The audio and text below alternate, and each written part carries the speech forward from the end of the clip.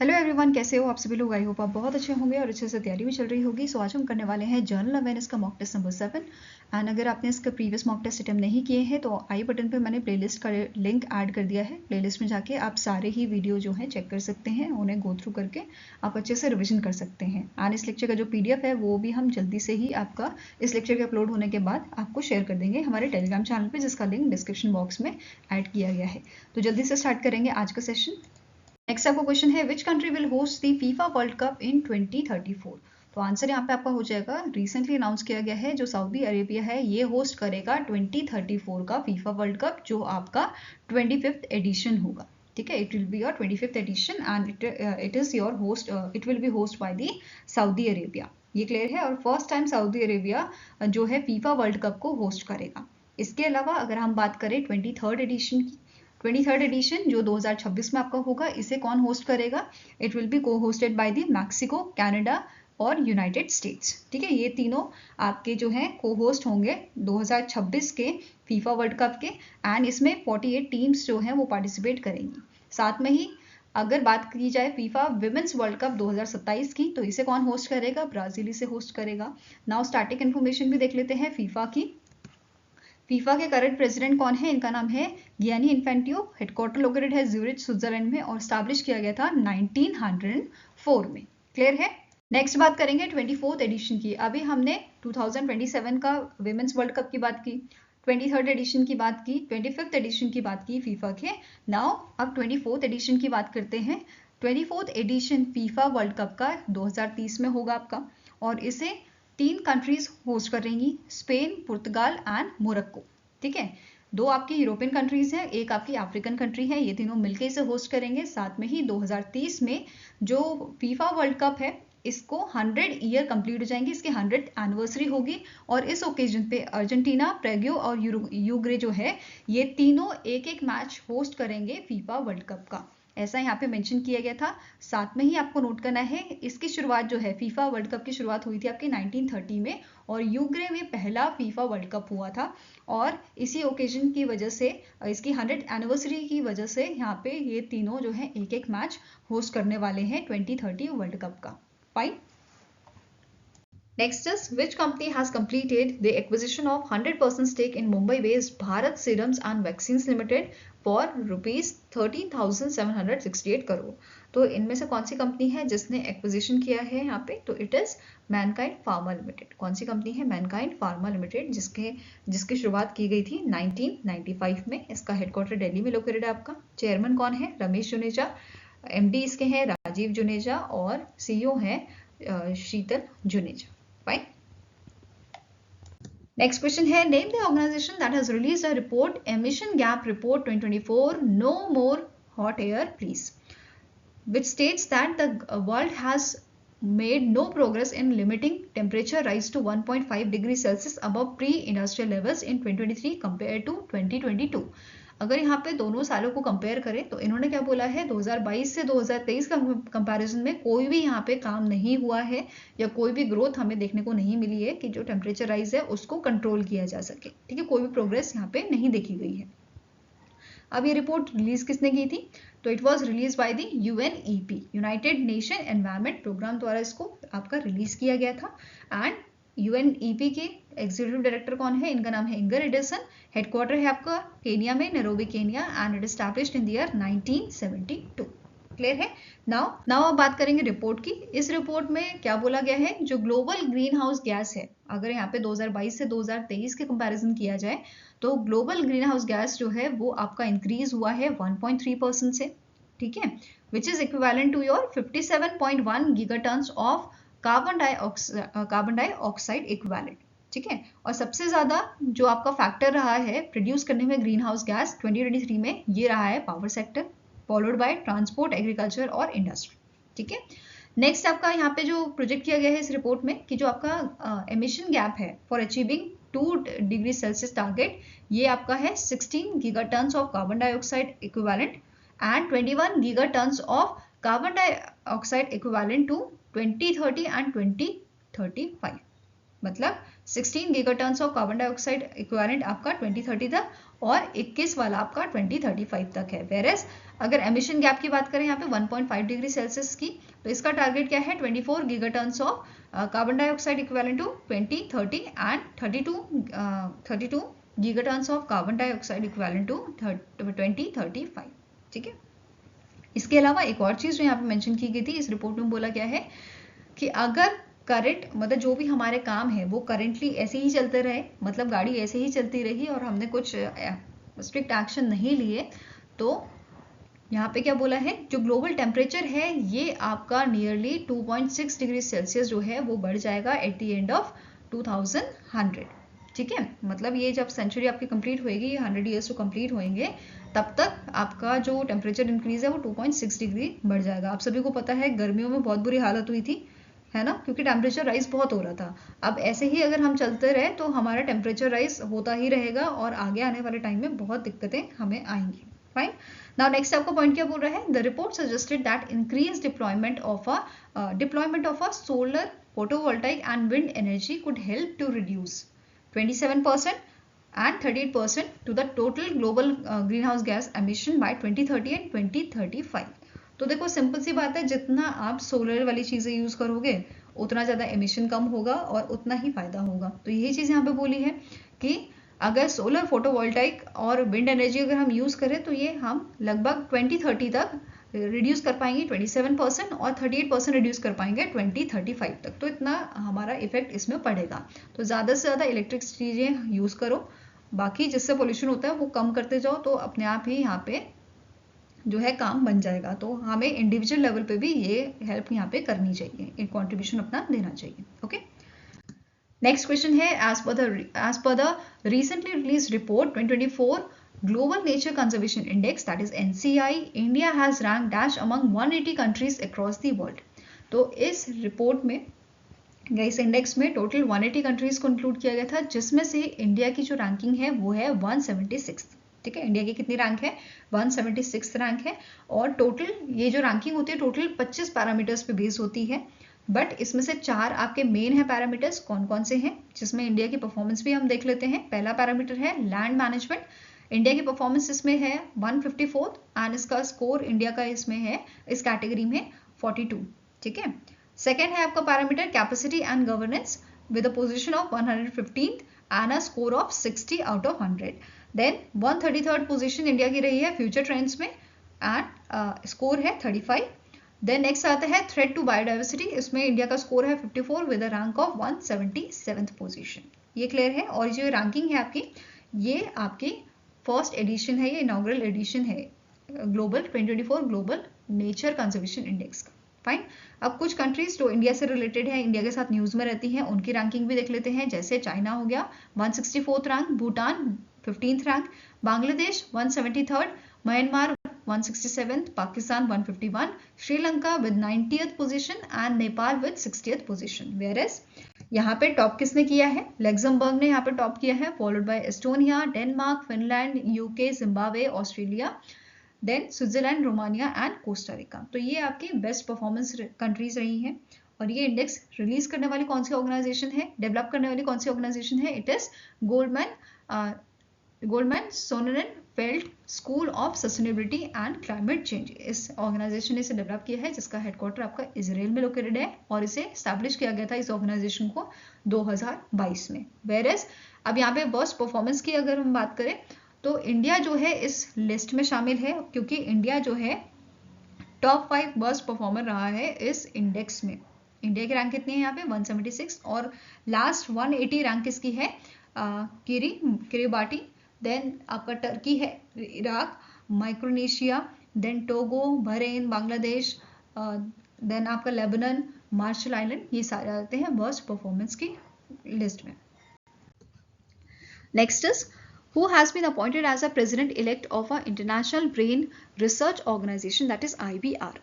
तो IBRO के आपके न्यूली प्रेसिडेंट इलेक्ट कौन आपके अपॉइंट किए गए हैं, इनका नाम है डॉक्टर शुभा तोले। क्या नाम है इनका, Shubha Tole. Answer is option number B. Shubha Tole जो है ये फर्स्ट प्रेसिडेंट इलेक्ट है from the developing country and currently she is serving as a president of International Society for Developmental Neuroscience. इनका टेन्योर आपका जो है एज अ प्रेसिडेंट IBRO का आपका स्टार्ट होएगा 1 जनवरी 2026 से।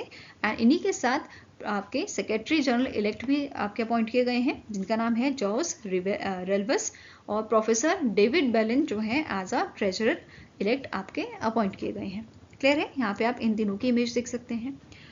नाउ IBRO के बारे में बात करेंगे। इसकी शुरुआत 1961 में की गई थी, जिसका हेडक्वार्टर पेरिस फ्रांस में लोकेटेड है। ठीक है, अब इसका मेन एम क्या है IBRO का, कि ये सपोर्ट करें growth of neuroscience through education, training, research and public outreach. और ये यहाँ पे 69 न्यूरोसाइंस सोसाइटीज इसमें IBRO में इंक्लूडेड है फ्रॉम दी 57 कंट्रीज। अब IBRO जो है 2 मेजर पब्लिक साइंटिफिक जर्नल्स जो है वो पब्लिश करता है। एक आपका है न्यूरोसाइंस, दूसरा है IBRO न्यूरोसाइंस रिपोर्ट्स को। फाइन। नाउ IBRO के करंट प्रेसिडेंट कौन है? इनका नाम है ट्रेसी एल बाले। करंट सेक्रेटरी जनरल आपके हैं गुइसेप जी गिवोनी। ट्रेजरर आपके करंटली हैं जीरोसिम सेंस। इसके अलावा रिसेंटली यहाँ पे रीजनल कमेटी मेंबर्स भी आपके इलेक्ट किए गए हैं। इंडिया से डॉक्टर कविता बाबू हैं, देन डॉक्टर जीहू, डॉक्टर याके, डॉक्टर शेंग वोक ली। फाइन। Now next आपका क्वेश्चन है, dash become the first union territory in the country to fully implement the Bharatiya Nyaya संहिता, भारतीय नागरिक सुरक्षा संहिता एंड भारतीय साक्ष्य अधिनियम। जो 3 क्रिमिनल लॉ आपके लाए गए थे उनको फुली इम्प्लीमेंट किया गया है। कौन सी यूनियन टेरिटरी में? It is your Chandigarh. ठीक है, आंसर यहाँ पे हो जाएगा option number D, that is Chandigarh में इन तीनों क्रिमिनल लॉ को फुली इम्प्लीमेंट किया था। और हमारी जो department of personal and training है, इन्होंने अनाउंस किया था इन मंथ ऑफ जून कि 1 जुलाई 2024 से ये तीनों क्रिमिनल लॉ जो है आपके इफेक्ट में आएंगे, ऐसी अनाउंसमेंट की गई थी। और चंडीगढ़ अभी जो है पहली यूनियन टेरिटरी बन गया है जिसने फुली इम्प्लीमेंट किया है इन तीनों क्रिमिनल लॉज को। ठीक है, कौन कौन से क्रिमिनल लॉज हैं आपके? भारतीय न्याय संहिता, दूसरा आ जाता है आपका भारतीय नागरिक सुरक्षा संहिता, और तीसरा है भारतीय साक्ष्य अधिनियम। इन तीनों के बारे में देखते हैं। पहला आपका है भारतीय न्याय संहिता एक्ट 2023। ठीक है, इसके तहत the act retains the provision of IPC Indian penal code, जो क्रिमिनलाइज करता है एक्ट जैसे rape, stalking and insulting a modesty of a women. ठीक है, इसके तहत यहाँ पे अब इंक्रीज कर दी गई है मैक्सिमम एज विक्टिम की, 16 से इसे 18 साल कर दिया गया है in case of a gang rape. ठीक है, नेक्स्ट यहाँ पे क्या बोला है कि यहाँ पे बहुत सारे नए एक्ट जो हैं वो लाए गए हैं। 358 सेक्शंस यहाँ पे लाए गए हैं जो रिप्लेस करेंगे 511 सेक्शंस को of a Indian penal code. ठीक है, इसी के साथ नए कोड इंट्रोड्यूस किए गए हैं, जैसे 20 न्यू क्राइम्स यहाँ पे इंट्रोड्यूस किए गए हैं। एंड जो इनप्रिजनमेंट सेंटेंसेस हैं वो भी यहाँ पे बढ़ाए गए हैं 33 क्राइम्स के, साथ में ही 83 क्राइम्स के यहाँ पे फाइन बढ़ा दिए गए हैं। एंड यहाँ पे क्या बोला गया है? It mandates minimum punishment for 23 crimes. Okay, इसके अलावा जो एक्ट है, it considered murder of a group of 5 और more persons on a ground of caste, language और पर्सनल बिलीफ, इसको अब ऑफेंस माना जाएगा। ठीक है, एंड यहाँ पे प्रोविजन लाया गया है पेनल्टी का भी, जैसे लाइफ इम्प्रिजनमेंट और death and with a fine. Okay, then यहाँ पे क्या बोला गया है? The act eliminates the sedition as an offence. तो सेडिशन को एलिमिनेट किया गया है एज एन ऑफेंस। ठीक है, but it retains certain aspects of a sedition such as to excite और attempt to excite secession, armed rebellion, or encourage the feeling of a separatist activities or endanger to the sovereignty or unity of and integrity of India. Okay, now इन्होंने यहाँ पे classify किए हैं offences, जैसे kidnapping, extortion, contract killing और इसी type के जो अदर आपके केसेस होते हैं या यहाँ पे जो है ऑफेंसेस होते हैं, उनको यहाँ पे ऑर्गेनाइज क्राइम इन्होंने जो है माना है। ठीक है, अब यहाँ पे जो ऑर्गेनाइज क्राइम बताए गए हैं, they are considered as a punishable offence, और यहाँ पे पेनल्टीज भी लगाई जाएंगी, जैसे डेथ और लाइफ इम्प्रिजनमेंट, एंड यहाँ पे फाइन लगाया जा सकता है 10 लाख का।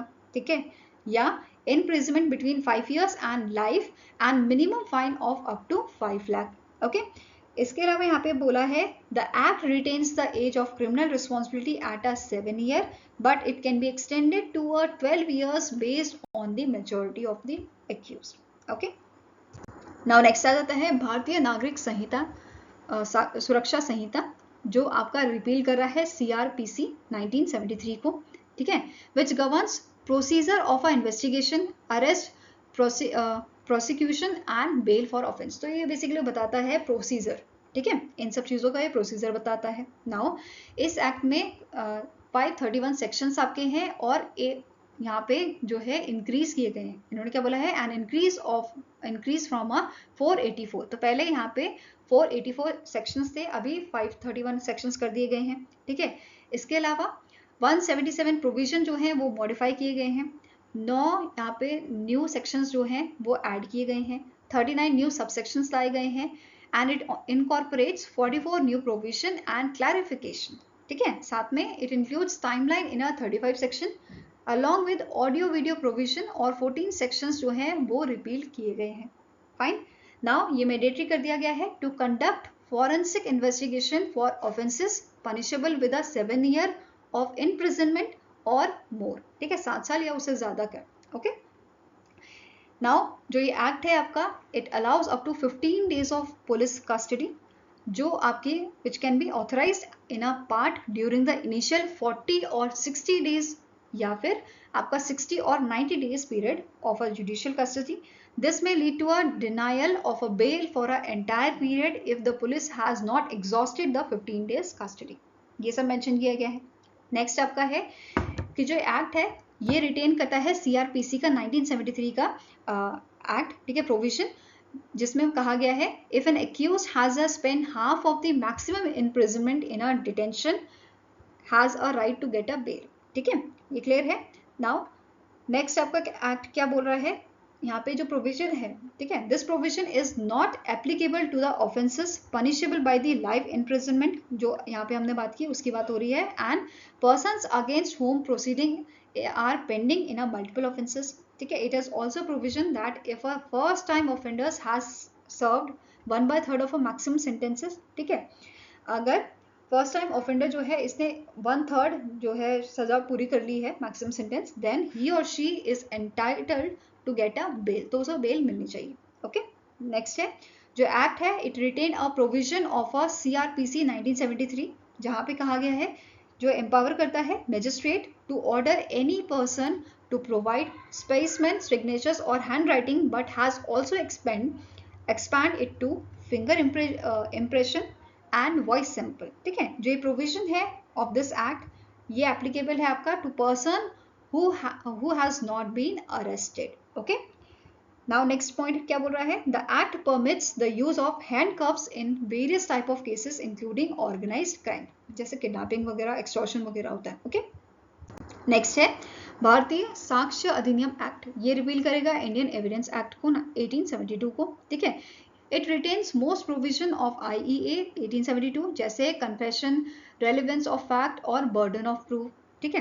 दिस एक्ट विल एनकम्पसेस 170 प्रोविजन जो रिप्लेस करेंगे ओरिजिनल 167, ठीक है, पहले 167 थे, अभी ये 170 प्रोविजन हो गए हैं, ठीक है। इट मॉडिफाइड 24 प्रोविजंस जो ऐड करते हैं न्यू, यहाँ पे 2 नए प्रोविजन ऐड किए गए हैं एंड 6 सब प्रोविजंस एंड रिपील 6 प्रोविजंस, ठीक है। This act retains original classification of evidence जैसे डॉक्यूमेंट्री और ओरल, ठीक है, ये क्लासीफाई करता है electronic records as a document. Then act extended the definition of a joint trial in a which trial of a multiple person where accused has conduct or has not responded to an arrest warrant, ठीक है। Next है the act introduces new categories जैसे secondary evidence are oral and written admissions and testimony of a person who has examined the document and is skilled to examine the document, okay। Next आपका question है Thomas E Kurtz the co creator of dash programming language and Dartmouth time sharing system recently November passed away. Thomas E Kurtz ने जो है create की थी आपकी basic programming language जो है उसको क्रिएट किया था एंड इनको यहाँ पे 2 अवार्ड्स भी दिए गए थे, जैसे कंप्यूटर पायनियर अवार्ड इन्हें 1991 में दिया गया था by the IEEE institute of electrical and electronics engineering द्वारा एंड 1994 में इन्हें fellow of association for computing machinery award दिया गया था। नाउ अब बात करेंगे बेसिक लैंग्वेज की। बेसिक का फुल फॉर्म आपको पूछा जा सकता है beginners all purpose symbolic instruction code.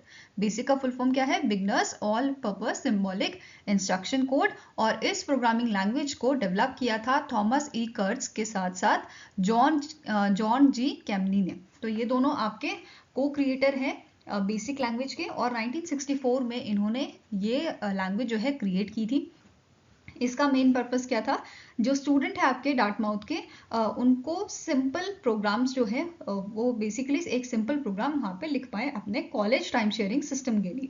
ठीक है, अगर आप लेफ्ट साइड में देखोगे तो ये आपका बेसिक लैंग्वेज में प्रोग्राम लिखा हुआ है प्रिंट करने के लिए what is your name and hello. Okay, जैसे यहाँ पे आप देख रहे हो या इसका आउटपुट है। Okay, this part is your output. Fine. और यहाँ पे आप इन दोनों जो क्रिएटर हैं जॉन जी केमनी और थॉमस ई कर्ट्ज, इनकी इमेज यहाँ पे आप देख सकते हैं। Next is the border security force celebrated it's dash raising day on 1 दिसंबर 2024। तो 1 दिसंबर को बीएसएफ का रेजिंग डे होता है और हमने 2024 में इनका 60th जो आपका रेजिंग डे है वो इन्होंने ऑब्जर्व किया था 1 दिसंबर को।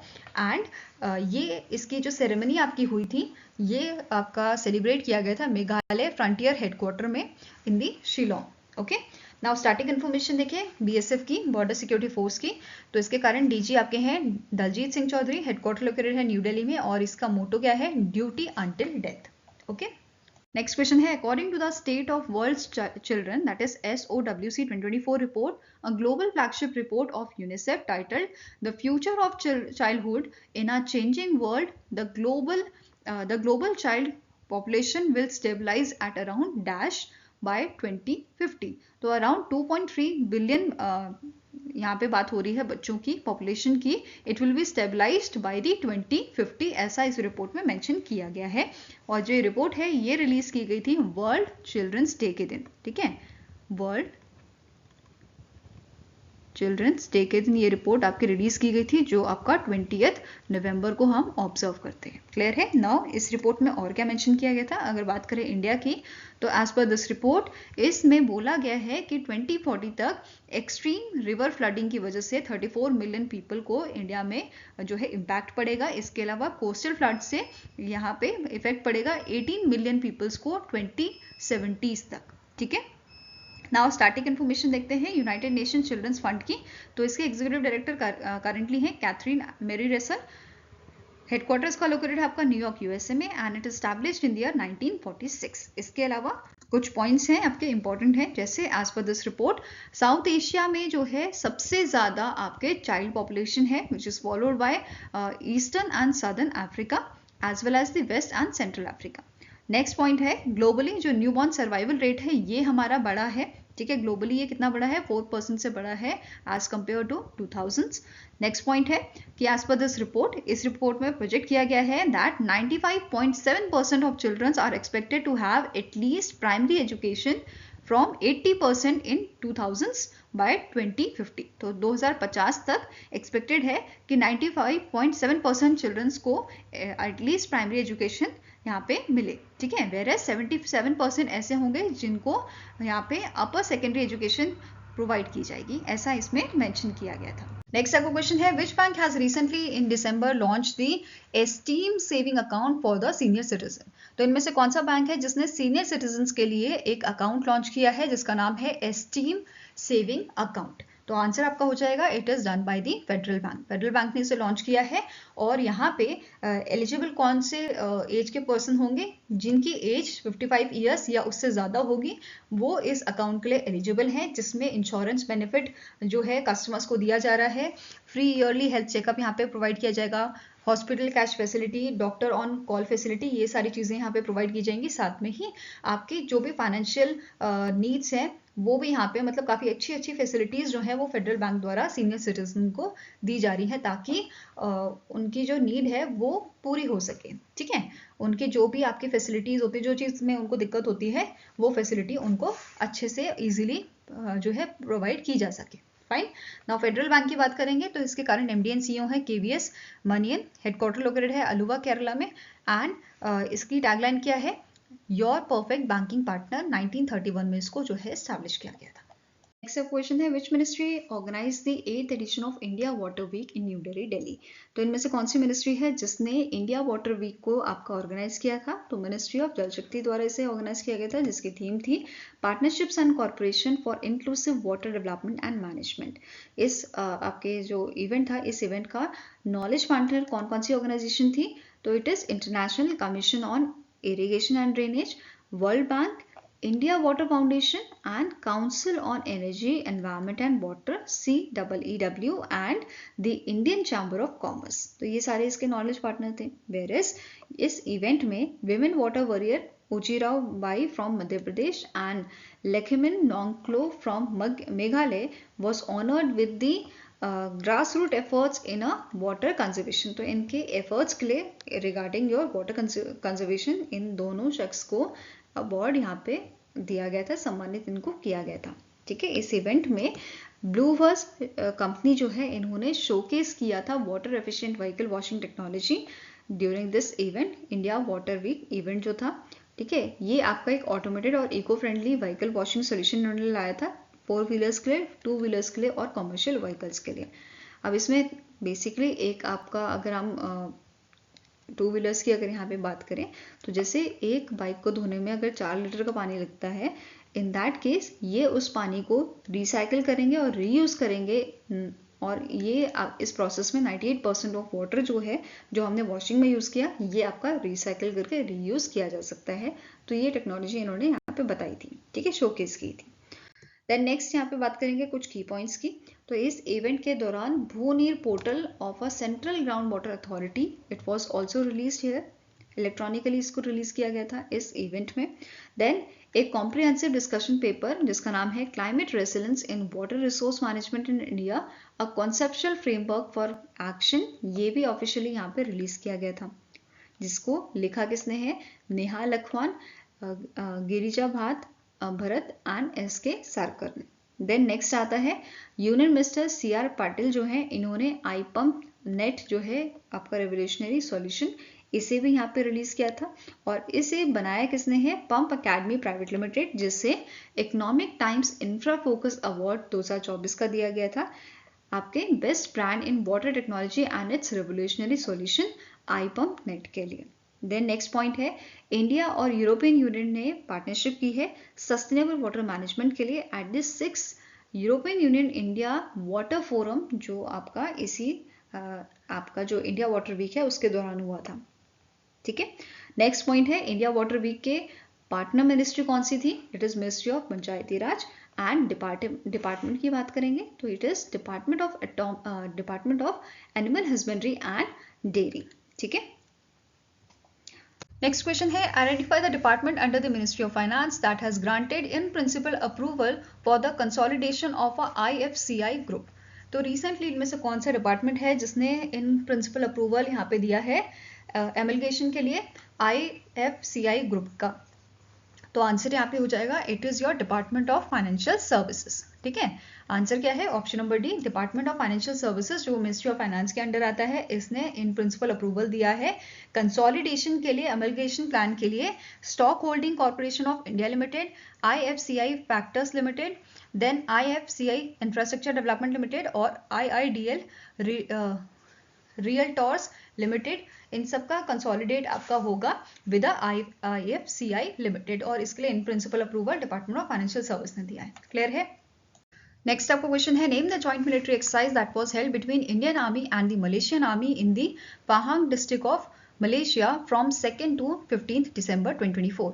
तो इन मंथ ऑफ दिसंबर मलेशिया और इंडिया के बीच में, इन दोनों की आर्मी के बीच में एक एक्सरसाइज आपकी परफॉर्म की गई थी जिसका नाम है हरीमाऊ शक्ति, और ये कहाँ पे हुई थी? मलेशिया के पहांग डिस्ट्रिक्ट में हुई थी and it is the 4th edition जो 2024 में हुआ था। वेरस अगर हम बात करें 2023 के एडिशन की which was the 3rd addition, कहाँ पे हुआ था? ये इंडिया के मेघालय में हुआ था। ठीक है, कहाँ पे हुआ था? इंडिया के मेघालय में हुआ था। एंड कौन से डिस्ट्रिक्ट में हुआ था? तो री भोही डिस्ट्रिक्ट में ही आपका हुआ था। फाइन, नाउ इंडियन आर्मी की तरफ से यहाँ पे 78% इस एक्सरसाइज में शामिल हुए थे from the Mahar regiment, whereas royal Malaysian regiment से 123% यहाँ पे शामिल हुए थे। फाइन, नेक्स्ट क्वेश्चन है, the Uttar Pradesh CM Yogi Adityanath recently in October unveiled the logo, website and app for Mahakumbh Mela 2025 in Prayagraj. The UNESCO recognized the Kumbh Mela as an intangible cultural heritage of humanity in dash year. So जो कुंभ मेला है आप सभी को पता है, जो आपका महाकुंभ होता है वो 12 साल में होता है, वेरस जो अर्ध कुंभ होता है आपका वो 6 साल में होता है ना। तो इस बार 2025 में आपका महाकुंभ होना है, जो फुल कुंभ होता है 12 साल में होता है, ठीक है। इससे पहले 2013 में ये हुआ था। अब कहाँ कहाँ पे ये होता है, 4 जगहों पे होता है। प्रयागराज में होता है, ठीक है, दूसरा हरिद्वार, उज्जैन और नासिक में। तो ये 4 जगह है जहाँ पे ये मेला आपका लगता है। फाइन।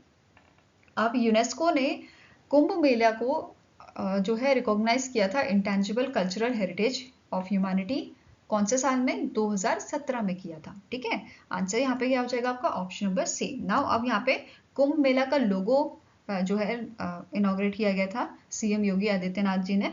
अब ये होगा कब, ये आपका 13 जनवरी से 26 फरवरी तक चलेगा, ठीक है। और लोगों की अगर बात करें तो लोगों में आपका एक कलश है, यहाँ पे आप देख पा रहे हो कलश जिसमें ओम लिखा हुआ है, ठीक है। इसमें आपके हनुमान जी की फोटो यहाँ पे आप देख सकते हो, यहाँ पे मंदिर इंक्लूड किया गया है, और सर्व यहाँ पे क्या लिखा है, महाकुंभ प्रयागराज 2025 एंड सिद्धिप्रद कुंभ, ठीक है। ये चीज यहाँ पे लिखा हुआ है, आप आराम से वीडियो पॉज करके इसे देख सकते हैं।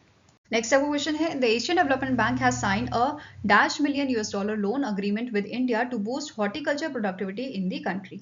तो रिसेंटली एशियन डेवलपमेंट बैंक ने 98 मिलियन $US का जो लोन है वो यहाँ पे लोन डील साइन की है इंडिया के साथ, ठीक है। आंसर यहाँ पे क्या हो जाएगा, ऑप्शन नंबर बी।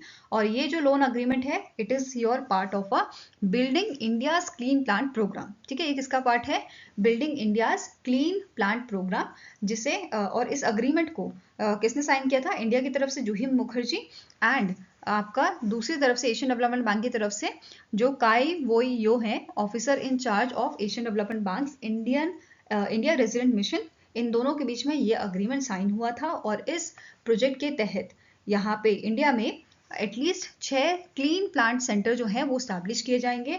और जो ये सेंटर्स होंगे यहाँ पे आपकी एडवांस लेबोरेटरीज होंगी, जिनका काम क्या होगा कि जो प्लांट डिजीज है उनको डायग्नोस किया जाए, और साथ में ही जो यहाँ पे स्टाफ होगा वो आपका ट्रेंड एक्सपर्ट्स को यहाँ पे रखा जाएगा। फाइन। अब जो ये प्रोजेक्ट है ये एग्जीक्यूट कौन करेगा, इंडिया की जो मिनिस्ट्री है आपकी ministry of agriculture and farmers welfare in collaboration with national horticulture board and ICAR Indian council of agriculture research, ये तीनों मिलके इस प्रोजेक्ट को एग्जीक्यूट करेंगे। क्लियर है। नेक्स्ट आपका क्वेश्चन है, which among the following space agencies recently announce the development of a under water robot capable of exploring the depths of our solar systems ocean. अब इनमें से कौन सी आपकी स्पेस ऑर्गेनाइजेशन है, स्पेस एजेंसी है जिसने रिसेंटली अनाउंस किया है कि ये डेवलप कर रहे हैं अंडर वाटर रोबोट को। तो आंसर आपका हो जाएगा, it is announced by the NASA, national aeronautics and space administration द्वारा इसका अनाउंसमेंट किया गया है। और इस मिशन का नाम क्या है, जिस मिशन के तहत इन रोबोट्स को तैयार किया जा रहा है, this mission is known as sensing with independent micro swimmer, that is swim mission है, जो करंटली टेस्टिंग फेज में चल रहा है। एंड इसका टेस्टिंग कर कौन रहा है, नासा की जेट प्रोपल्शन लेबोरेटरी। इस मिशन के लिए नासा ने 2 आपके जो टेस्ट बेड हैं वो तैयार किए हैं। एक आपका डेवलप किया गया है जेट प्रोपल्शन लेबोरेटरी में which is ocean world lander autonomy test bed, and दूसरा आपका है ocean world autonomy test bed for exploration research and simulation. इसे आपका क्रिएट किया गया है एम्स रिसर्च सेंटर में। Okay. Next is in November 2024 government of India ने अप्रूव किया है PM विद्या लक्ष्मी स्कीम को to provide financial assistance to meritorious students. How much allocation the government has allocated to the scheme for the year financial year 2025 to financial year 2031?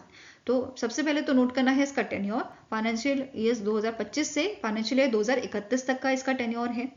Scheme का नाम क्या है, PM Vidya Lakshmi. विद्या से related means यहाँ पे जो है एजुकेशन लोन की यहाँ पे बात की जा रही है, ठीक है। तो ऐसे रिलेट करके पढ़ सकते हो इसको।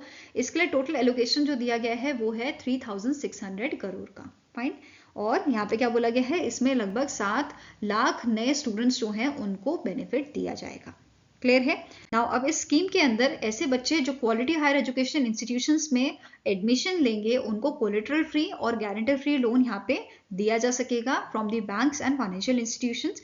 साथ में ही बोला गया है जो इनिशियल फेज होगा उसमें स्कीम के तहत top 860 quality higher education institutions इसमें सेलेक्ट किए जाएंगे जो लगभग आपके कवर करेगा ओवर 22 लाख स्टूडेंट्स को।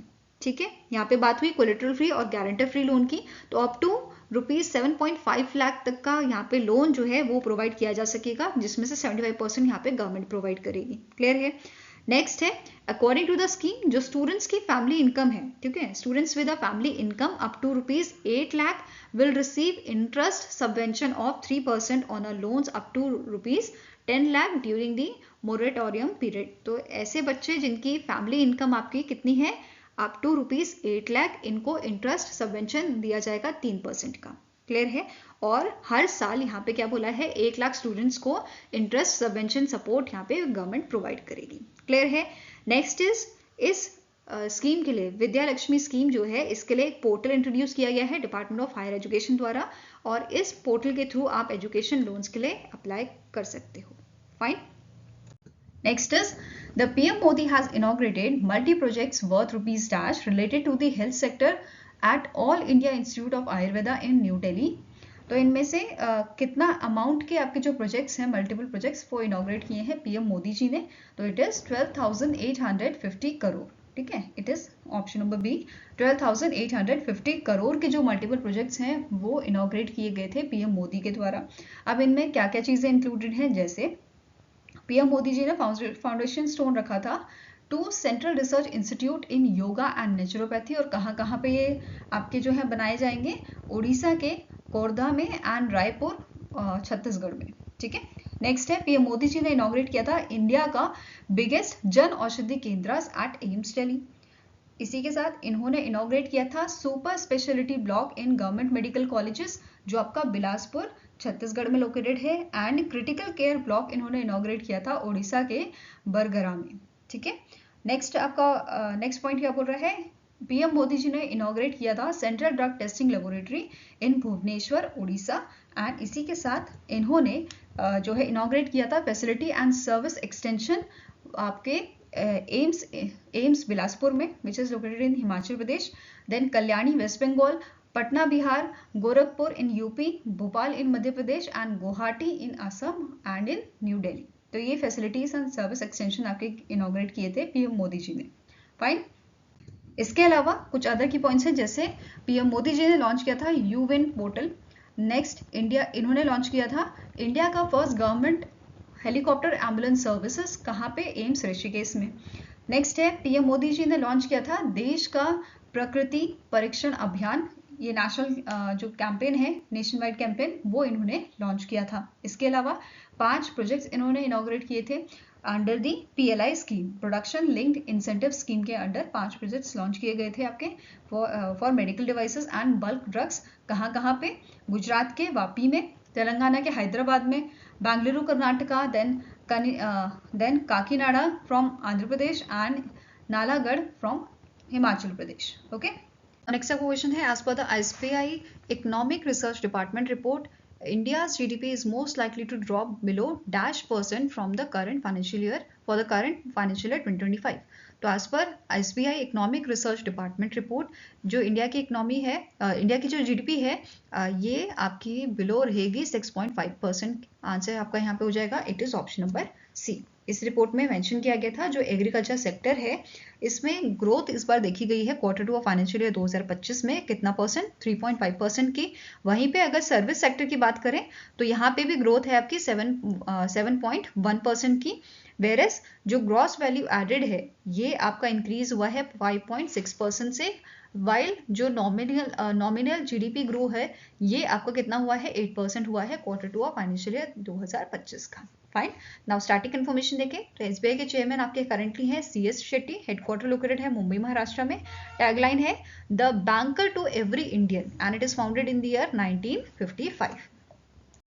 Next is as per the recent announcement by the Commonwealth Games Federation, how many sports will feature in a 23rd edition of Commonwealth Game 2026 which is set to be held in Glasgow, Glasgow Scotland. तो आपका जो 23rd addition होगा 2026 में Commonwealth का, इसमें कितने sports जो हैं वो यहाँ पे होंगे आपके, तो परफॉर्म किए जाएंगे। तो ये है आपके 10, ठीक है। पहले ज़्यादा होते थे बट इस बार यहाँ पे इसको रिड्यूस करके 10 पे ले आए हैं, क्योंकि ऐसा माना जा रहा है जो पहले होस्ट आपका था, आप सभी को पता होगा इसका जो होस्ट है वो चेंज हुआ है। पहले ये आपके विक्टोरिया ऑस्ट्रेलिया में होने थे, ठीक है, बट अभी ये ग्लासगो स्कॉटलैंड में होंगे। और यहाँ पे जो होस्ट चेंज हुआ है उसकी वजह से इनको कम टाइम मिला है प्रिपरेशन करने का कॉमनवेल्थ गेम्स के लिए, and that is why only 10 sports are there, ठीक है। ऐसा यहाँ पे रीज़न उन्होंने दिया है, फाइन। अब ये कब होंगे, जो 23rd एडिशन है ये आपका 23 जुलाई से 2 अगस्त 2026 में होंगे ग्लासगो स्कॉटलैंड में, ओके। कौन कौन से यहाँ पे आपके स्पोर्ट्स जो है इस लिस्ट में दिए गए हैं, तो ये आपके हैं athletics and para athletics, then swimming and para swimming, artistic gymnast, track cycling and para track cycling, netball, weight lifting and para power lifting, boxing, judo, bowls and para bowls, 3x3 basketball and 3x3 wheelchair basketball. तो इन 10 जो sports हैं उनको शामिल किया गया है। Now Commonwealth games federation की अगर बात की जाए, इसके करंट प्रेसिडेंट आपके हैं Dame Louise Martin, headquarter located है लंदन यूके में, और इसे 1932 में जो है एस्टैब्लिश किया गया था, फाइन।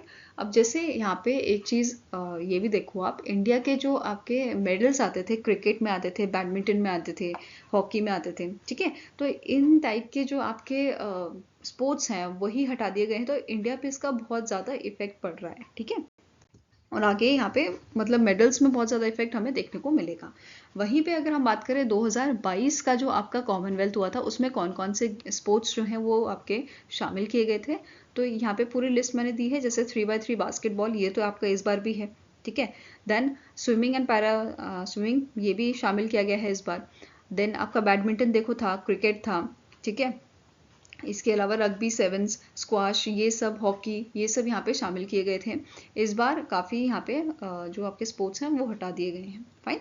नेक्स्ट आपका क्वेश्चन है, the RBI has injected dash amount into the banking system to manage increasing liquidity deficit. तो रिसेंटली आरबीआई ने जो है जो बढ़ती हुई लिक्विडिटी डेफिसिट है उसको मैनेज करने के लिए इंडियन बैंकिंग सिस्टम में इन्होंने 6,956 करोड़ का अमाउंट जो है इंजेक्ट किया है। अब ये बेसिकली हुआ क्यों है, लिक्विडिटी डेफिसिट क्यों आया है, क्योंकि हमारा बेसिकली जो इंडियन मार्केट है, इंडियन मार्केट में फॉरेन के लोग पैसा इन्वेस्ट करते हैं, फॉरेन पोर्टफोलियो इन्वेस्टर्स जो होते हैं, ठीक है, उन्होंने क्या किया है, इंडिया से पैसा वापस लेना स्टार्ट कर दिया है, मतलब इंडिया के मार्केट से पैसा निकालना शुरू कर दिया है। और एक और रीज़न क्या है, आरबीआई का डॉलर सेल, ठीक है, आरबीआई ने यहाँ पे डॉलर सेल किए हैं ताकि इंडियन रुपीस को, इंडियन करेंसी को स्टेबलाइज किया जा सके। ये दोनों रीजन है आपके लिक्विडिटी डेफिशिएट के, जो जिसने क्रिएट किया है negative balance of payment Q3 of financial year 2023 में, ठीक है, which is total of $23 billion.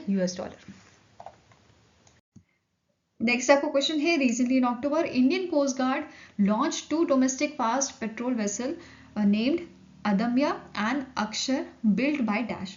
तो रिसेंटली इंडियन कोस्ट गार्ड ने 2 आपके फास्ट पेट्रोल वेसल लॉन्च किए थे, ठीक है, अदम्या और अक्षर, ये लॉन्च किए गए थे, जिसको बनाया गया है आपका गोवा शिपयार्ड लिमिटेड द्वारा, ठीक है। किसने बनाया है, गोवा शिपयार्ड लिमिटेड द्वारा। Basically Goa shipyard limited and ICG जो है, इंडियन कोस्ट गार्ड जो है, इनके बीच में आपका कोलैबोरेशन हुआ था, डील साइन हुई थी 8 फास्ट पेट्रोल वेसल्स बनाने की, ठीक है, जिसके तहत ये आपके डोमेस्टिक फास्ट पेट्रोल वेसल जो हैं वो बनाए गए हैं और इसे अभी लॉन्च किया गया है, फाइन। अब इन फास्ट पेट्रोल वेसल्स की बात करें तो इसकी लेंथ आपकी है 52 मीटर्स की, its breadth is 8 metre, maximum speed जो है अटेन कर सकता है 27 नॉट्स की, डिस्प्लेसमेंट इसका है 320 टन्स का। नाउ गोवा शिपयार्ड लिमिटेड की बात करें तो इसके करंट सीएमडी हैं ब्रिजेश कुमार उपाध्याय, हेडक्वार्टर लोकेटेड है इसका Vasco da Gama, Goa, and it is founded in the year 1957, okay. Next है, the Andhra Pradesh government has launch the Deepam 2.0 scheme as a Diwali gift for womens. The initiative provide how many free LPG cylinders per year to an eligible women. तो यहाँ पे Deepam scheme launch की है Andhra Pradesh government ने womens के लिए, ताकि साल में 3 जो सिलेंडर है एलपीजी सिलेंडर्स वो फ्री ऑफ कॉस्ट विमेन्स को प्रोवाइड की जाए, क्लियर है? आंसर यहाँ पे हो जाएगा option number C, that is three cylinders are available. ठीक है, 3 सिलेंडर्स यहाँ पे प्रोवाइड किए जाएंगे to the eligible beneficiaries. Now अब जो फर्स्ट सिलेंडर है इसके लिए अप्लाई किया जा सकता है बिफोर 31 मार्च 2025, सेकेंड सिलेंडर के लिए 1 April to 31 July 2025, then third cylinder जो है वो बुक किया जा सकता है 1 अगस्त टू 30 नवंबर 2025। तो 4 मंथ्स में यहाँ पे 3 सिलेंडर जो है 4 मंथ में 1 सिलेंडर यहाँ पे प्रोवाइड किया जाना है फ्री ऑफ कॉस्ट। क्लियर है? नाउ इसके लिए आपका एलोकेशन कितना है? एनुअली यहाँ पे 2684 करोड़ रुपीस खर्च किए जाएंगे इस स्कीम के लिए। एंड यहाँ पे नेक्स्ट 5 ईयर्स के लिए प्लान जो है वो है 13,423 करोड़ खर्च करने का for this Deepam scheme 2.0। Fine. Next है विच स्टेट या यूनियन टेरिटरी ने रिसेंटली सेलिब्रेट किया है ज़ंस्कार फेस्टिवल। अब अगर आपको याद हो तो इन month of August ministry of home affairs ने अप्रूवल दिया था 5 नए डिस्ट्रिक्ट का लद्दाख में। ठीक है, जिसमें से एक डिस्ट्रिक्ट आपका था ज़ंस्कार। तो ज़ंस्कार फेस्टिवल कहाँ मनाया जाएगा? आपका लद्दाख में। तो ऐसे याद रखना है आपको। ठीक है, आंसर क्या हो जाएगा? ऑप्शन नंबर ई। इस बार इसका 9th एडिशन ऑब्जर्व किया गया था आपका, 2 दिन का ये फेस्टिवल आपका था। ठीक है, इस फेस्टिवल को ऑर्गेनाइज किया था Ladakh autonomous hill development council, department of tourism and culture Ladakh, then of Ladakh and district administration of Kargil Ladakh. तो ये 3 ऑर्गेनाइजेशन ने मिलकर इसे ऑर्गेनाइज किया था।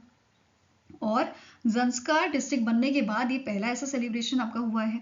जैसे कि मैंने आपको बोला कि 5 डिस्ट्रिक्ट का अप्रूवल यहाँ पे मिनिस्ट्री ऑफ होम अफेयर्स द्वारा यहाँ पे दिया गया था। कौन कौन से 5 डिस्ट्रिक्ट थे ये आपको याद रखने हैं, एग्जाम में पूछे भी जा सकते हैं। ज़ंस्कार, द्रास, साम, नुब्रा एंड चांगतांग। इसी के साथ लद्दाख में जो है आपके कितने डिस्ट्रिक्ट हो जाते हैं? टोटल 7 डिस्ट्रिक्ट हो जाते हैं। 2 पहले थे, अभी 5 और यहाँ पे ऐड किए गए थे। क्लियर है?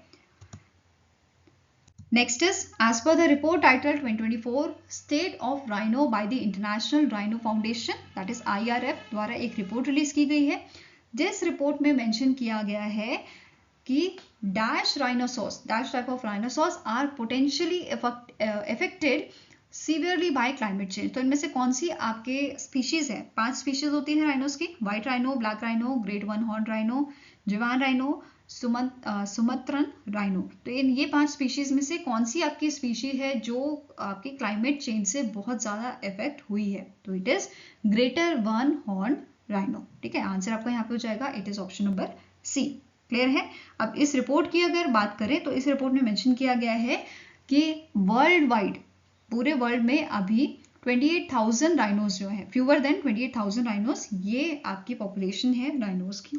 जो हमारे गेंडे हैं उनकी पॉपुलेशन धीरे धीरे कम हो गई है। लोग इन्हें बेसिकली इनके जो हॉर्न है उसकी वजह से मार देते हैं। ठीक है, अब यहाँ पे क्वेश्चन एक बन सकता है कि जो ग्रेट वन हॉर्न राइनो है ये कहाँ कहाँ पाए जाते हैं, या जिन्हें हम इंडियन राइनो के नाम से भी जानते हैं। Indian rhino that means India में तो पाए जाते होंगे, फिर ये नेपाल में और भूटान में भी देखे जाते हैं। ठीक है, अब इंडिया के कौन से स्टेट में सबसे ज्यादा पाए जाते हैं? तो असम में ये आपका सबसे ज्यादा पाए जाते हैं। मतलब जो टोटल पॉपुलेशन अगर हम बात करें इंडिया में जितनी पॉपुलेशन है उसके अकॉर्डिंग 90% जो आपके राइनोस की पॉपुलेशन जो है ये आपके असम में पाई जाती है। और असम के भी काजीरंगा नेशनल पार्क में आप इसकी जनसंख्या ज़्यादा देख सकते हैं। ठीक है, नेक्स्ट यहाँ पे बात करेंगे स्टार्टिंग इन्फॉर्मेशन की। जिस ऑर्गेनाइजेशन ने इस रिपोर्ट को रिलीज किया है IRF की, इसके प्रेसिडेंट हैं जॉन लूकस। हेडक्वार्टर लोकेटेड है आपका टेक्सास USA में और it is founded in the year 1989।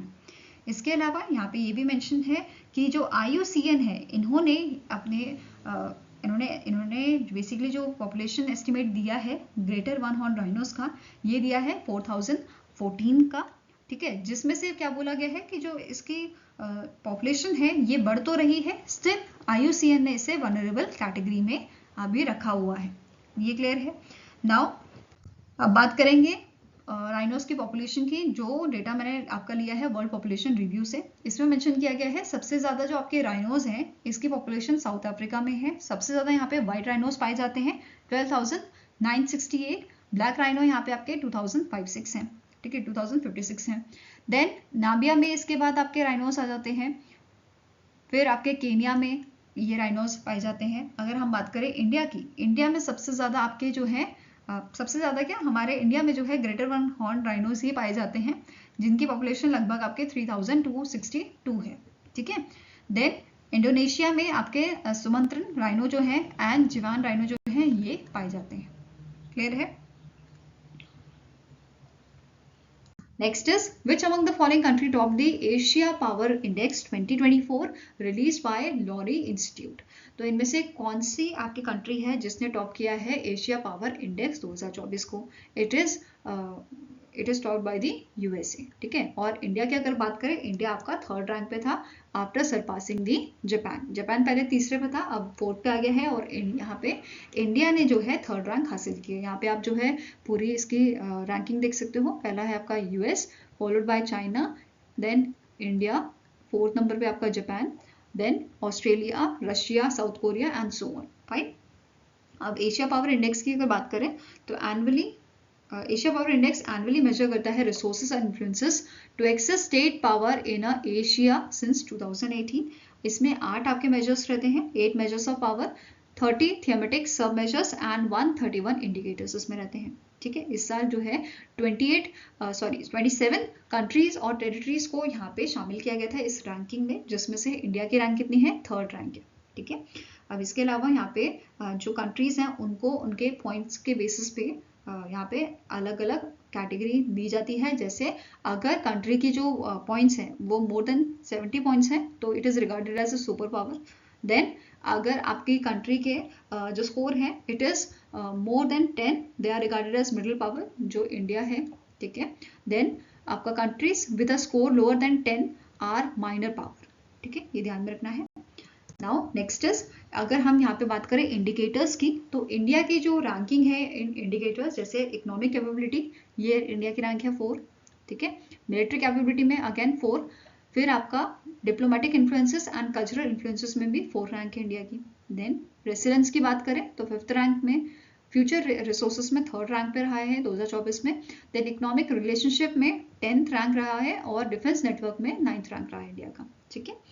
इसके अलावा एनुअल चेंजेस जो हमारे इन इंडिकेटर्स में हुए हैं, जैसे फ्यूचर एंड रिसोर्सेस में सबसे ज़्यादा गेन हमें देखने को मिला है, followed by resilience, diplomatic influences, economic capability, economic relationships, military capabilities, और लास्ट फिर आपका आता है कल्चरल इन्फ्लुएंसेस, जिसमें कोई हमें ऐसे चेंजेस देखने को नहीं मिला। वेयरएज डिफेंस नेटवर्क में हमारी जो परफॉर्मेंस है वो आपकी कम हो गई है, -2.5 हो गई है। ठीक है। Next is, which of the following point is are correct with respect to occasion of a Janjati Gaurav दिवस, जो 15 नवंबर को आपका ऑब्जर्व किया गया था, and PM Modi's visit to Bihar on this occasion. ठीक है। तो पीएम मोदी जी का सेम ओकेजन पे आपका विजिट भी हुआ था बिहार में, तो हमें बताना है कौन सा पॉइंट इसमें से करेक्ट है। पहला आपका पॉइंट आ जाता है जनजाति गौरव दिवस 2024 जो है, it marks the commencement of a 150th birth anniversary year celebration of भगवान बिरसा मुंडा। नेक्स्ट पॉइंट है, पीएम मोदी जी ने इनॉग्रेट किया था और फाउंडेशन स्टोन रखा था मल्टीपल डेवलपमेंट प्रोजेक्ट्स का वर्थ ओवर ₹6,640 करोड़ इन अ जमुई बिहार। नेक्स्ट पॉइंट है, इस ओकेजन पे जो हमारे यूनियन मिनिस्टर है मिनिस्ट्री ऑफ होम अफेयर्स के अमित शाह जी ने जो है आपका अनवील किया था ग्रैंड स्टैच्यू ऑफ अ भगवान Birsa Munda at the Bansera park in new Delhi. Next point है, बोथ ए एंड बी और all A B and C. तो सारे ही पॉइंट्स यहाँ पे करेक्ट है। आंसर आपको यहाँ पे है ऑप्शन नंबर ई। इसके अलावा नोट करना है यहाँ पे पीएम मोदी जी द्वारा इस ओकेजन पे 150 रुपीज का कॉमरेटिव कॉइन जो है वो लॉन्च किया गया था, एंड एक पोस्टल स्टैम्प यहाँ पे लॉन्च किया गया था ऑफ डिनोमिनेशन ऑफ ₹5। ये क्लियर है। नाउ जो स्टैम्प है ये किसने डिजाइन की थी? श्री शंकर समंथा जो है उन्होंने इसे डिजाइन किया था। नेक्स्ट, इस ओकेजन पे जैसा हमने पढ़ा अभी 6,640 करोड़ का डेवलपमेंट इनिशिएटिव्स जो हैं वो मोदी जी ने अनवील किया था, जिसमें आपका इंक्लूडेड है 11,000 हाउसेस पीएम मोदी जी ने इनॉग्रेट किए थे, which are built under the Pradhanmantri Janjati आदिवासी न्याय महाअभियान। नेक्स्ट है 23 मोबाइल मेडिकल यूनिट्स लॉन्च किए गए थे under this PM Janman and additional 30 MMUs जो हैं ये अंडर धरती आभा जनजाति ग्राम उत्कर्ष अभियान लॉन्च किए गए थे प्रमोट करने के लिए easy access to health care in the tribal areas. Next है पीएम मोदी जी ने लॉन्च किए थे 300 वन धन विकास केंद्रास, then 10 Eklavya model residential schools ये भी इन्होंने यहाँ पे आपके लॉन्च किए थे। नेक्स्ट है he also laid the foundation stone of 25 additional eklavya model residential school worth over 1110 crore। Then next है 2 ट्राइबल फ्रीडम फाइटर्स म्यूजियम्स यहाँ पे लॉन्च किए गए हैं in your Chhindwara and Jabalpur, and 2 tribal research institute जो हैं आपके श्रीनगर जम्मू कश्मीर और गैंगटॉक सिक्किम में ये आपके लॉन्च किए गए थे। नेक्स्ट है ये आपके फाउंडेशन स्टोन रखा गया था। नेक्स्ट है new roads with length of 500 kilometres were announced to be developed to improve connectivity in a tribal region and 100 multipurpose centres जो हैं ये भी यहाँ पे इन्होंने इसकी अनाउंसमेंट भी यहाँ पे की थी। ठीक है, that will work as a community hubs under the PM Janman. Okay, next है पीएम मोदी जी ने यहाँ पे अनाउंस किया था बहुत सारे डेवलपमेंट प्रोजेक्ट्स, जैसे 25,000 न्यू आवास जो हैं वो यहाँ पे बनाए जाएंगे which is worth around ₹500 crore. Next है 1.16 लाख आवास यहाँ पे बनाए जाएंगे अंडर दी धरती आभा जनजाति ग्राम उत्कर्ष अभियान जिसका कॉस्ट आपका है 1960 करोड़ का।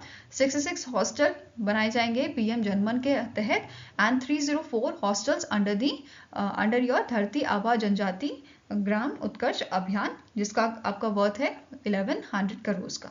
देन 50 न्यू मल्टीपर्पज सेंटर्स की अनाउंसमेंट की गई है, 55 MMUs की, 65 आंगनवाड़ी सेंटर्स की under the PM Janman, 6 centers of competency for 6 cell elimination along with the 330 projects for development of ashram schools, hostels, government residential schools among your this DAGGUA जिसका आपका cost है around 500 crore का। ठीक है, next यहाँ पे है यूनियन मिनिस्टर जो है अमित शाह जी ने ग्रैंड स्टैच्यू आपका अनवील किया था जिसका वेट पूछा जा सकता है 3000 kg का इसका वेट है। Next is he also renamed, इन्होंने रीनेम किया है सराय काले खान चौक को विच इज आउटसाइड दी सराय काले Khan interstate bus terminus ISBT जो आपका है साउथ ईस्ट दिल्ली में, इसको यहाँ पे रीनेम किया है इन्होंने as a Birsa Munda Chowk.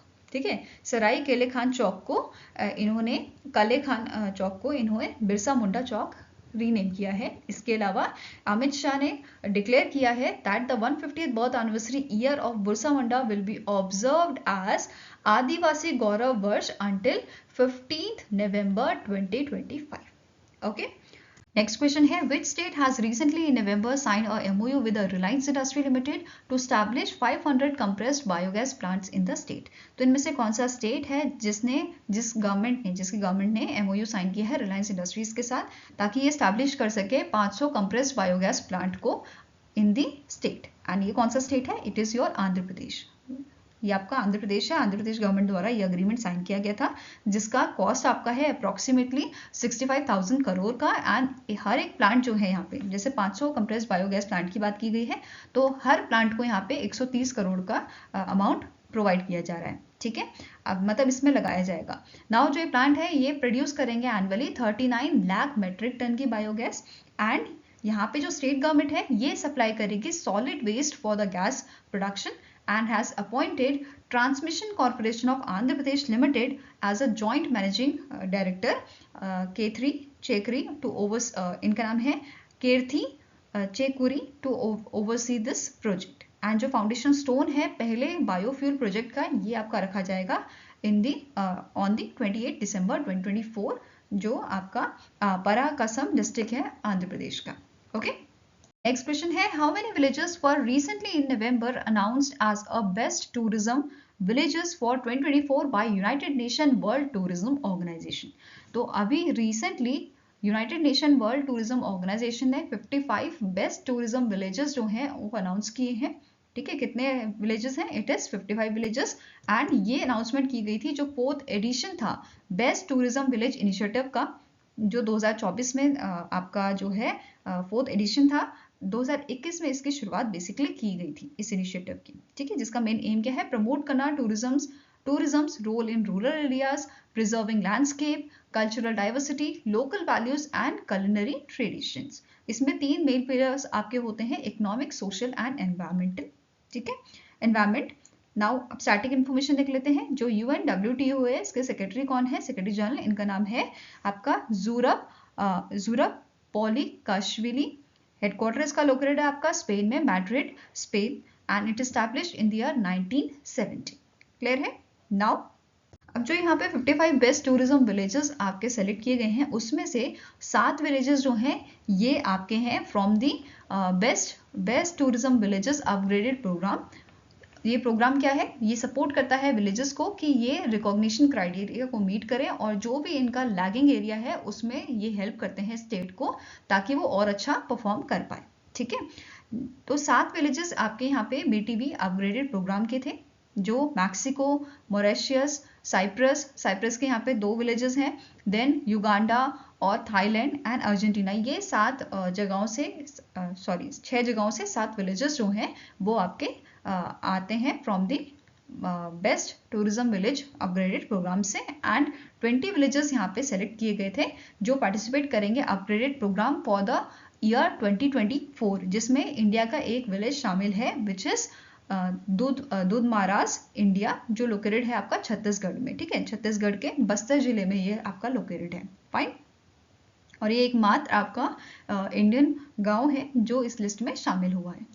Next is, which among the following insurance company has sold its 2.02% stakes in a Tata Power Company Limited for approximately rupees 2,888 crore? तो इनमें से कौन सी इंश्योरेंस कंपनी है जिसने अपने स्टेक्स यहाँ पे सोल्ड कर दिए हैं टाटा पावर में? टाटा पावर की कंपनी में it is LIC, life insurance corporation of India द्वारा ये सोल्ड किए गए हैं recently.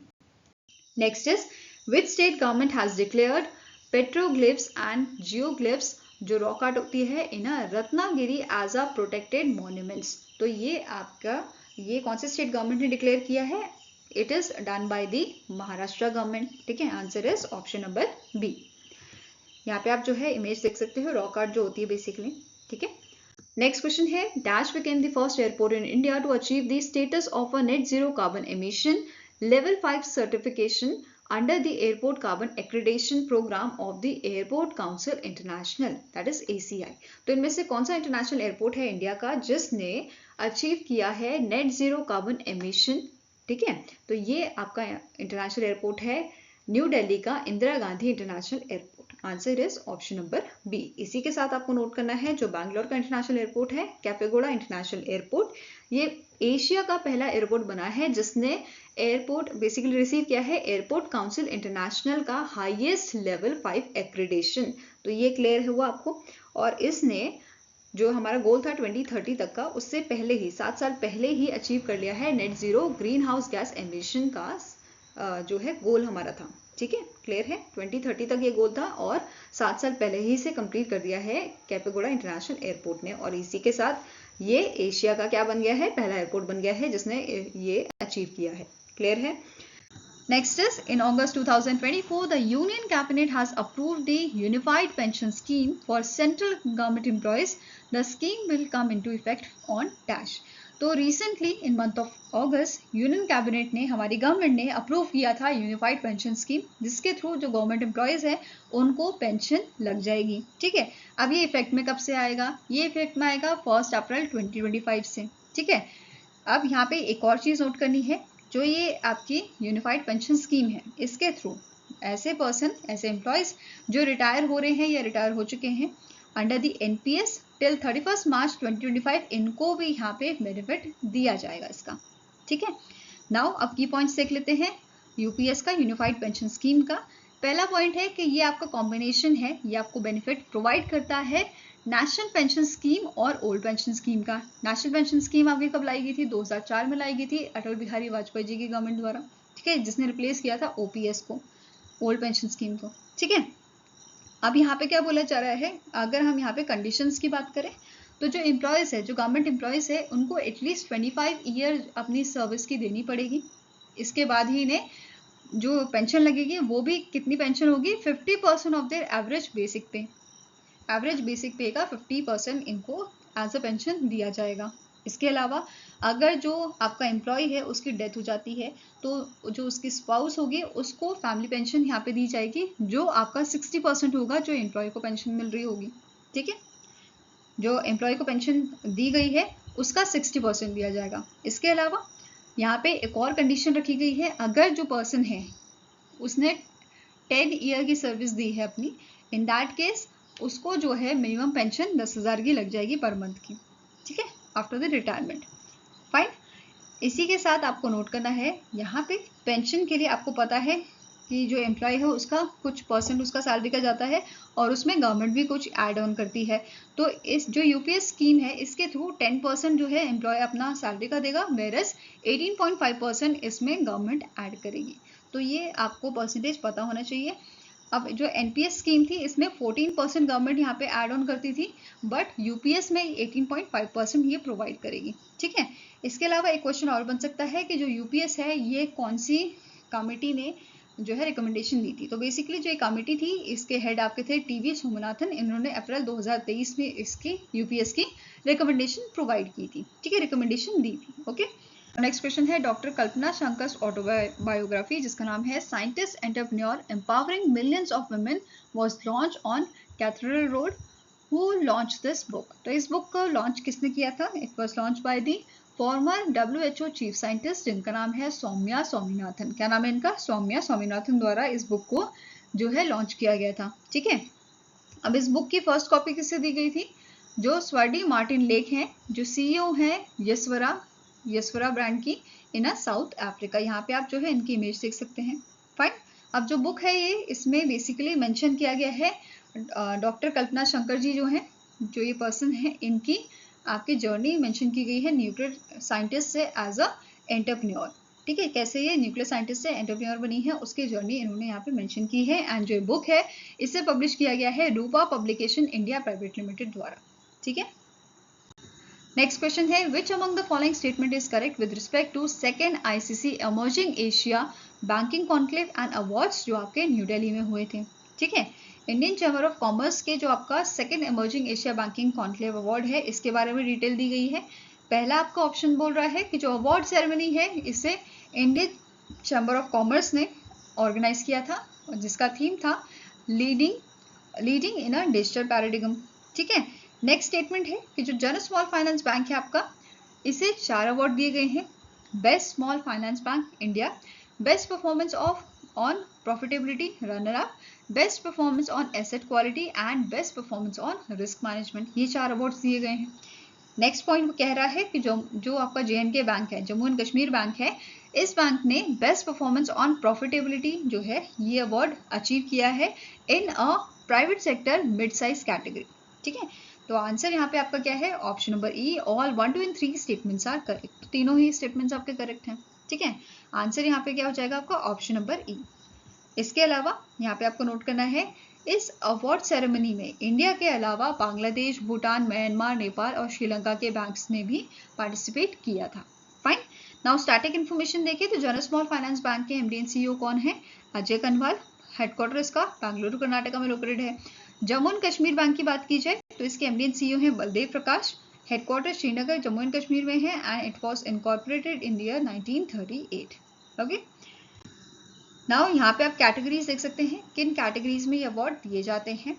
The best bank, the best performance on risk management, the best performance on asset quality, then best performance on growth, best performance on profitability, best bank in digital banking, best bank for ESG and best fintech in banking.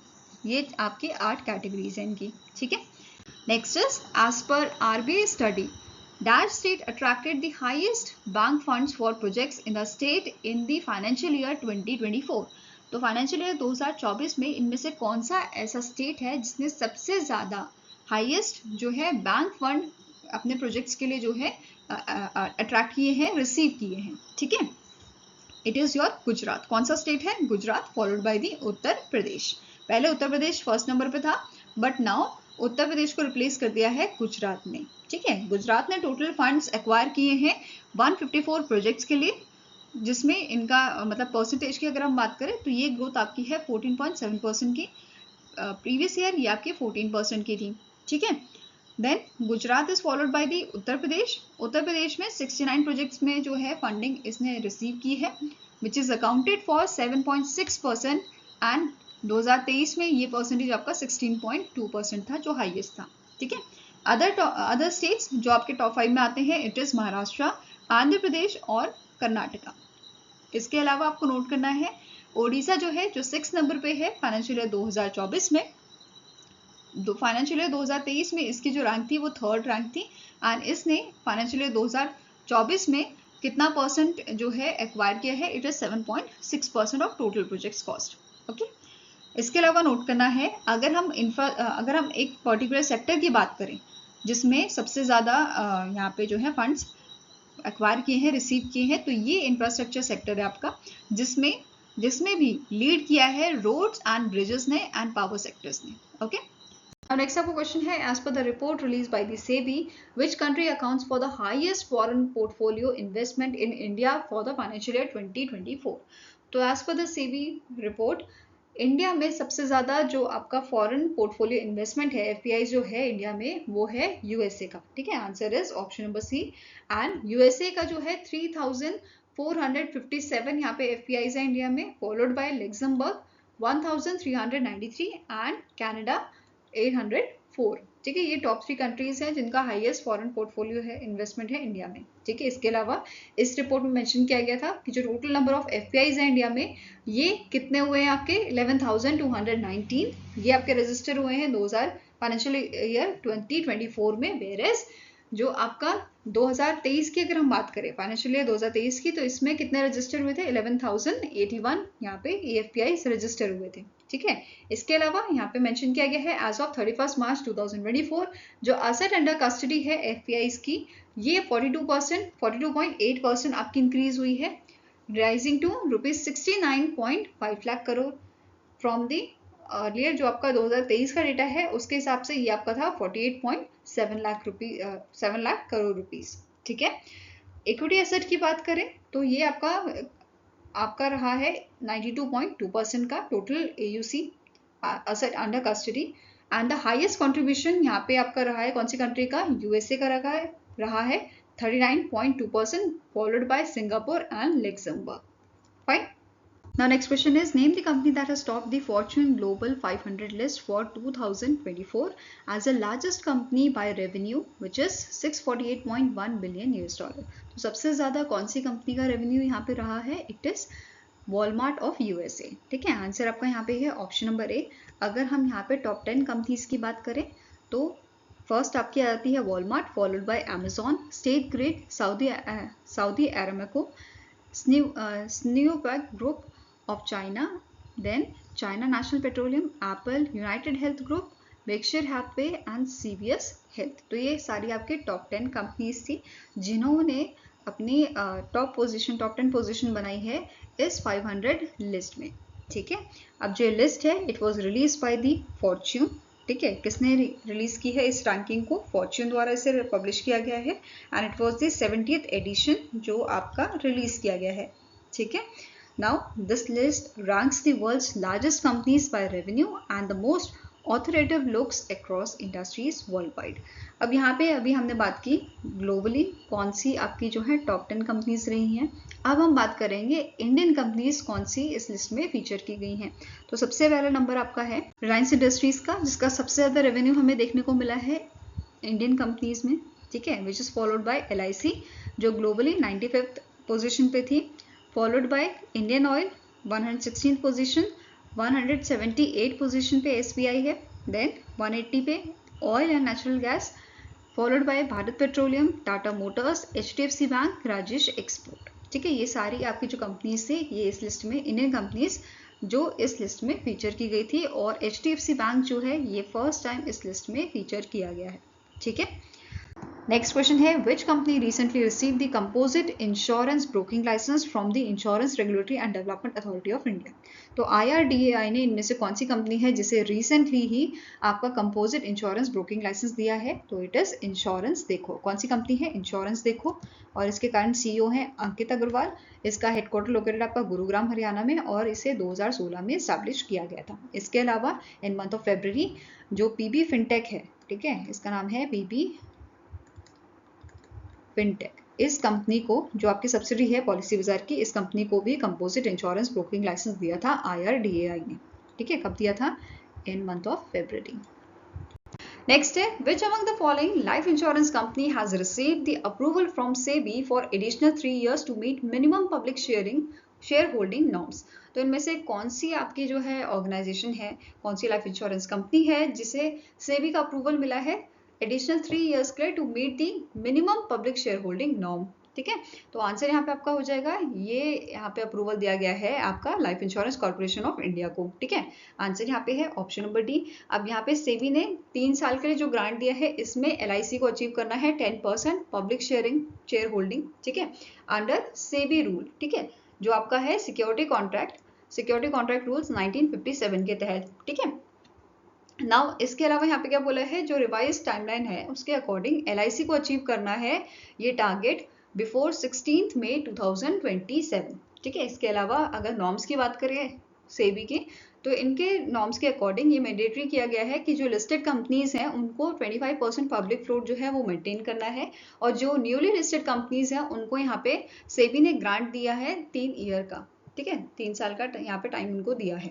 Fine, इसके अलावा companies having over 1 trillion rupees 1 trillion of market capitalization post issue is required to achieve 25% of minimum public shareholding within 5 years। तो ये norms SEBI के हैं। ठीक है, इसी के चलते ही LIC को यहाँ पे जो है एडिशनल 3 years का टाइम दिया गया है। फाइन, नाउ LIC की बात करें तो इसके चेयरपर्सन कौन है करंटली? इनका नाम है सिद्धार्थ मोहंते। हेडक्वार्टर इसका लोकेटेड है मुंबई महाराष्ट्र में और इसे 1956 में पब्लिश किया गया था। ठीक है, आई होप गाइस आपको ये वीडियो पसंद आया हो। पसंद आए तो लाइक एंड शेयर जरूर कीजिएगा, और हमारे साथ जुड़ने के लिए हमारे चैनल को आप सब्सक्राइब कर सकते हैं। अगर आपके कुछ सजेशन है तो आप हमें कमेंट सेक्शन में लिख सकते हैं या फिर मेल भी कर सकते हैं benchmarkstudy007@gmail.com पे।